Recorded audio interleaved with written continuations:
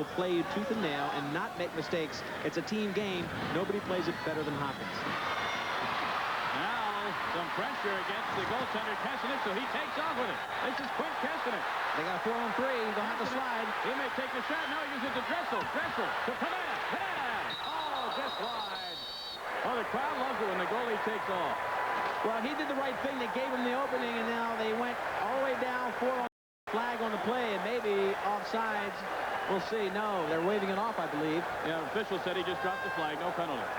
Came down 4-on-3 as we look at Roy Simmons. He's a little bit concerned, but not much. I'll tell you what. No team can score in streaks or has proven that they can score in streaks with the explosive character of Syracuse. If you're within a goal or two, they can make that up in about 60 seconds. John Desko, he played in the 79 game down here at Maryland.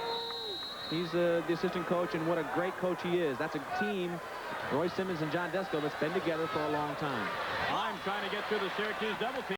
Does so momentarily. Now can't control. Ball bounces out. It'll be taken by Brian Lukacs. And the slide came from way out in front. The defensive help came from way out in front, Tom. And had that ball been in somebody's stick, they could have made 2 passes and probably burned them. They're very aggressive, not only on offense, but on their defensive slides. Wilkins with it, number 17. This is Lucas.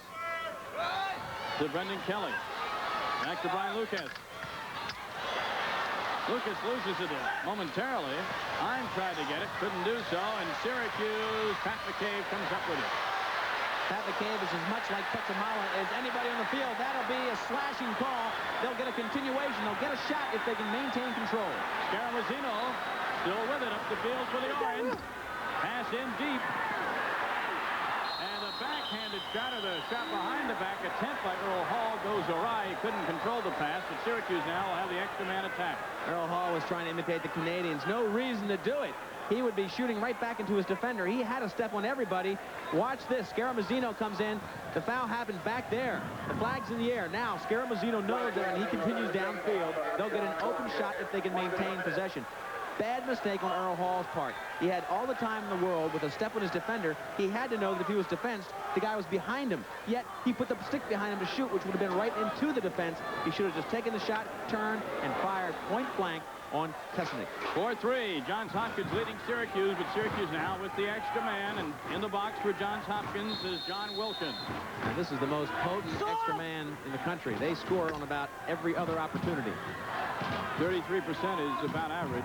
So above average Syracuse. Zolberti. Will he break in? Yes, he will. And the shot is a save by Kesenic. And a whistle. Someone, I believe, in the crease area. That's Zolberti in the crease area. And that's a move of frustration. You know, Kesenic, he got off easy there. Because Zolberti, he doesn't have to shoot. There's no reason to go into a defender like that. He thought he had enough of a seam to come in. But look at Kesenic. He was up high before Zolberti was up high. He knew exactly. Watch Kesenic go up. He knew he was going to shoot high. That's from the scouting report, and of course the great ability of Kesenic to know that Zolberti coming around the pipe is going to go high if he has to shoot right away. I would bet you a lot of money that that guy right there has been reading that scouting report that's probably 7-8 pages thick. Now Zolberti, of course, if he scores the goal, he took the shot before entering the crease, and if the ball goes in the goal, then he can land in the crease. But it didn't, and he did, and that's why it's Johns Hopkins' ball. And the reason that that's a mistake, Tom, is that you've got 3 guys that are what we call finishers. You know, the guys that can really put it in the hoop. He's a feeder. You've got Paul, Gary Gate, and Maricek on that extra man. Let them shoot. Loose ball behind the Hopkins. That is a goal, and Zolberti atones for his mistake. As it came loose, and some nice checking by Syracuse. A gimmick on this, Tom. Long sticks. See all the long sticks in there? Yep. Roy Simmons put in a number of long sticks, including Phil Schluter. Watch, Phil Schluter on the bottom there. He got the ball and brought it back.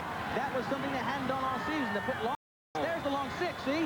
Short stick does not get that ball. But Simmons put in the long sticks just for the ride. He got the ball back. It worked. And we've got a tie ball game. So that's called a long sticks ride. He put a long sticks unit in there just to pressure those alleys. So the passing alleys were closed down a little bit so that you can play against the advantage of one extra man on offense with a little more efficiency. And it worked. So we have a new game at 4-4, 1:40 left to go here in the first quarter. Tom Means with Lee Felsmo from Bird Stadium in College Park. Here comes Hopkins. Resin Pollock to Dressel. The shot is the save. Resin Pollock hits the point. He just had to push it by the goaltender, Palin. Palin got some help.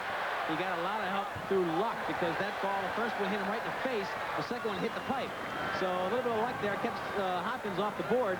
They moved the ball beautifully. That's an example, Tom, of you talk about slowing down. If they get a chance to push it, they push it. They did just there. This is Gate. Petramalo now. Hall gave her the underhanded shot, and Kesnick is the save, but it rolls down to the crease. Petramalo comes up with it for Johns Hopkins. Oh, Kesnick almost had it stolen in the crease. He was looking for a violation. The referee didn't get it. Well, Birdie was right on him. This is Dwan. Dwan gives it up to Steve Ciccarone. Ciccarone up to John Ciccarone, his brother. Nice check from behind, and Syracuse gets the ball back. That's 29, McCabe. He looks a lot like Petramalo. He's only a sophomore, but great stick skills, just like Petramalo. He'll strip the ball from you. Not a good matchup against Ciccarone. Dumpson gets it over to Greg Burns.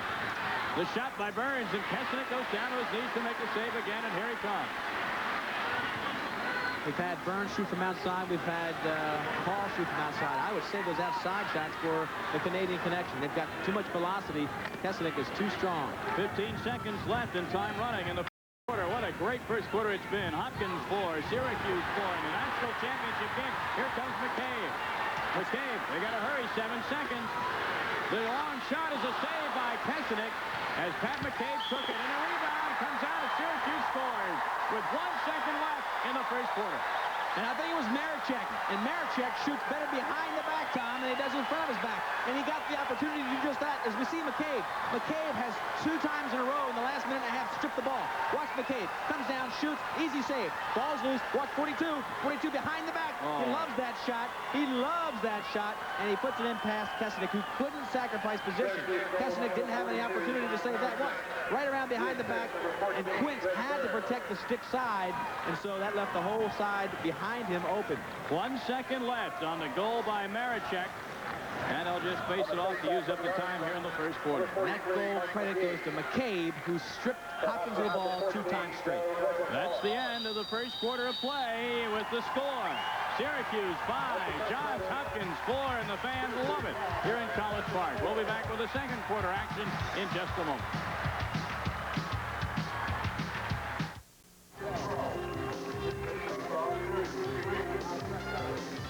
From Burge Stadium on the campus of the University of Maryland, one of the hotbeds of collegiate lacrosse, the national championship game. Syracuse, defending champions, leading Johns Hopkins, champs in 1987, 5-4 as we start the second quarter play. Tom Mees with Leif Ellsmo, and Leif, the face-offs and the reason that Johns Hopkins in this game, maybe. Shots are pretty even. Face-offs, again, Resen Pollock commanding respect there. He's just taking over. The first one went to Syracuse. From then on, it's been all Resen Pollock. Ground ball, Syracuse a little bit better. That's where Syracuse can really kill you if they get a lot of ground balls and start that transition kind of offense. Well, the two teams, of course, will change ends of the field for the second quarter. So Syracuse will move from right to left, and Johns Hopkins from left to right. Resen Pollock and Pratt go forward, and Resen Pollock comes up with the opening face-off of the second quarter. Tom, that last goal by Syracuse was typical of Syracuse. They get a lot of second shots. The ball's bouncing around in there. They have a lot of guys with good stick skills that'll pick it up and put it right back down your throat. Hopkins has to be leery of that second shot. They killed Maryland with it many times. This is Brendan Kelly with the ball. Hopkins setting up a play, moving to Syracuse attack box. Substitution coming in. Brian Lucas comes in for Johns Hopkins, number 36. This is Wilkins. You can hear maybe the stick of Palin, the goaltender for Syracuse. Let's listen in and see if we can hear his call.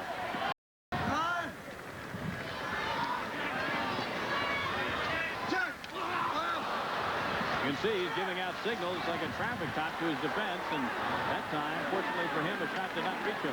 Syracuse comes up with a loose ball. Lucas missed that feed. That was a great offensive set there, and Lucas just missed the feed. He had an excellent opportunity to score. Jerry Gates coming in hard, checked off the ball, still loose, and Syracuse comes back up with it. He has to watch it. He doesn't have to score for his team. Just move the ball. Looking for his fourth goal today. Swings and sways. And Kesnick gets the save. Isn't he impressive? He comes in. You know, Tom, they talk about the Gates can't be that good because they only have one hand. They only play left-handed, just like Marichek. You don't need an off-hand when you can shoot and pass with the accuracy they do behind the back. The behind-the-back move becomes your offhand. Boy, Kesnick with some nice work, saving the ball from going out of bounds and starting the clearing play for Johns Hopkins. Fundamentals. This team, again, we'll say it a lot, but this team does not lose any battles in fundamentals. 5-4. Syracuse on top. They'll settle things down now. They want the right personnel in there.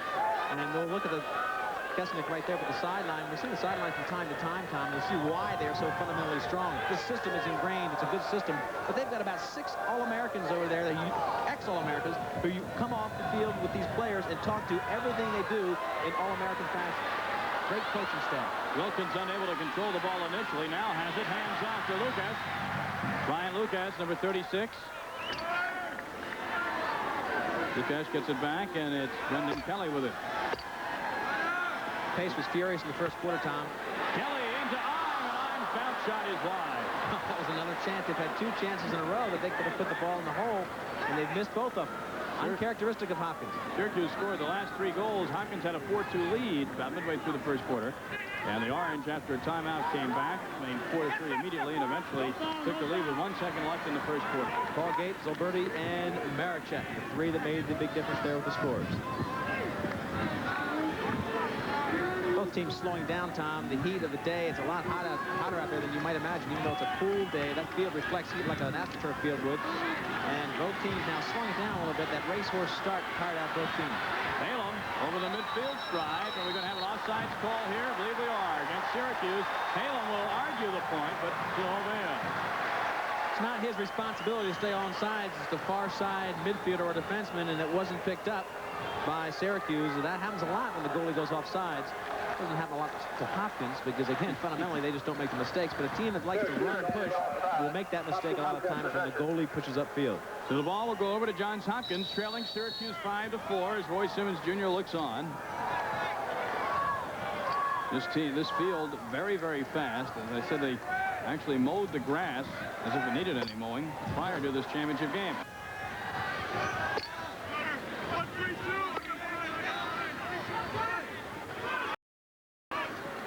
With it is John Sheehan. Hopkins. Sheehan, number 7, the point man on the attack. Closes in.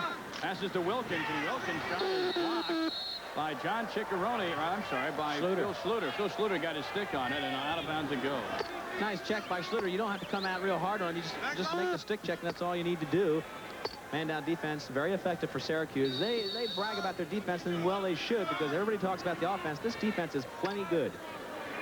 Only 19% of the time do the teams with the extra man score against Syracuse. That's unbelievable. Wilkins does. John Wilkins raises it maybe to 20% with that goal. It ties up the game at 5. Mark Stoper was not very aggressive out in that point. Palem saying, come on, guys, give me a little stick on that shot.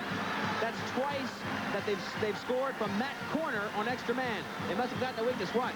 Right from that side. Not very aggressive by the defenseman, Mark Stoper, and a good hard shot to the far pipe beats Palem.